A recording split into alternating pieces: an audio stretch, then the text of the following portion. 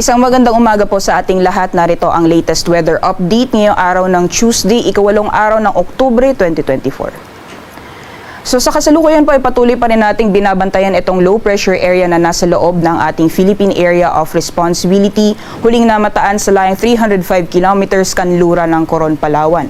Ang nasabing low pressure area, kung makikita po natin dito sa ating latest sa satellite image, wala po siyang dalang mga kaulapan na posibleng magdulot ng buong araw na tuloy-tuloy ng mga pag-ulan sa anumang bahagi ng ating bansa, at hindi din po natin inaasahan na ito ay magiging isang ganap na bagyo. Samantalang easterlies naman po ay nakakaapekto sa ilang bahagi ng Luzon, at kung makikita po natin dito sa ating latest sa satellite image, may mga kaulapan po tayong namamataan sa may silangang bahagi ng Quezon, pati na rin ng Bicol region. So mga areas na yan, posible po tayong makaranas ng maulan na panahon dulot na epekto ng easterlies. Sa nalalawing bahagi naman po ng ating bansa, wala po tayong namamataan na mga kakapal na kaulapan na posible pong magdulot ng buong araw na tuloy-tuloy na mga pag-ulan. So generally fair weather conditions po tayo. Di ba na lamang po yung mga posibilidad na mga biglaan o mga panandaliang buhos ng ulan dulot ng mga thunderstorms or isolated thunderstorms na mas madalas nararanasan sa hapon o sa gabi. Sa labas naman po ng ating Philippine Area of Responsibility ay patuloy pa rin po nating minomonitor itong tropical depression or bagyo na nasa labas ng mahigit nasa 2,600 kilometro east-northeast ng extreme northern Luzon. Sa ngayon po, itong tropical depression ay patuloy pa rin pong kumikilos papalayo ng ating bansa, at hindi po natin inaasahan na papasok ito ng ating Philippine Area of Responsibility or makakaapekto sa anong bahagi ng ating kapuluan sa mga susunod na araw. Over the next few days or over the next 2 to 3 days, itong low pressure area po nito, posibleng malusaw po ito ngayong araw. Samantalang unti-unti pong lalakas yung epekto ng northeasterly wind flow at makakaapekto sa ilang bahagi ng northern Luzon. Posible po ito magdulot ng may hinang mga pag-ulan sa ilang bahagi ng northern Luzon area. Samantalang sa nalalabing bahagi po ng ating bansa, mataas lamang po yung mga posibilidad ng mga biglaan o mga panandaliang buhos ng ulan dulot ng mga localized thunderstorms. So magbaon lamang po tayo ng payong o kahit na anong pananggalang sa ulan.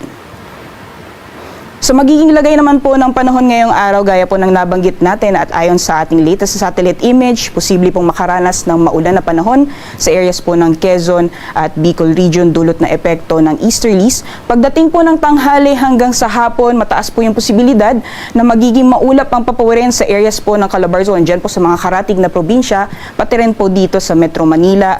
Mataas po yung posibilidad na mas magiging madalas yung mga thunderstorms, lalong-lalo na pagdating ng tanghali hanggang sa gabi. Sa nalalabing bahagi po ng Luzon, magiging maaliwalas or generally fair weather conditions po tayo for areas ng northern at central Luzon. May mga posibilidad lamang po ng mga thunderstorms or isolated thunderstorms pagdating po sa hapon o sa gabi. Temperature forecast naman po ngayong araw sa mga piling syudad dito sa Luzon for Lawag, pati na rin sa Tugigaraw. Maximum temperatures po natin aabot ng 33 degrees Celsius, 17 to 23 degrees Celsius para dito sa Baguio, 32 degrees Celsius maximum temperatures for Metro Manila, pati na rin dito sa Legazpi, at agwat ng temperatura para sa Tagaytay ngayong araw maglalaro mula 23 hanggang 30 degrees Celsius.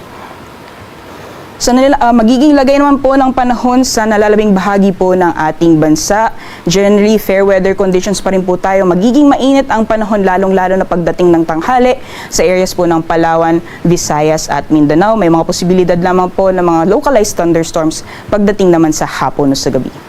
Temperature forecast naman po natin, karamihan po ng mga syudad o mga piling syudad para sa Palawan, Visayas at Mindanao, maximum temperatures po natin ay maglalaro mula 32 hanggang 33 degrees Celsius. Para sa kalagayan po ng ating karagatan, wala po tayong gale warning na nakataas sa anumang baybayin ng ating bansa. Malaya pong mga kapalaot ang ating mga kababayan, lalong-lalo na yung may mga maliit na sakyang pandagat. Ngayong umaga, sisikat ang araw ng 5:46 AM at lulubog mamayang 5:41 PM.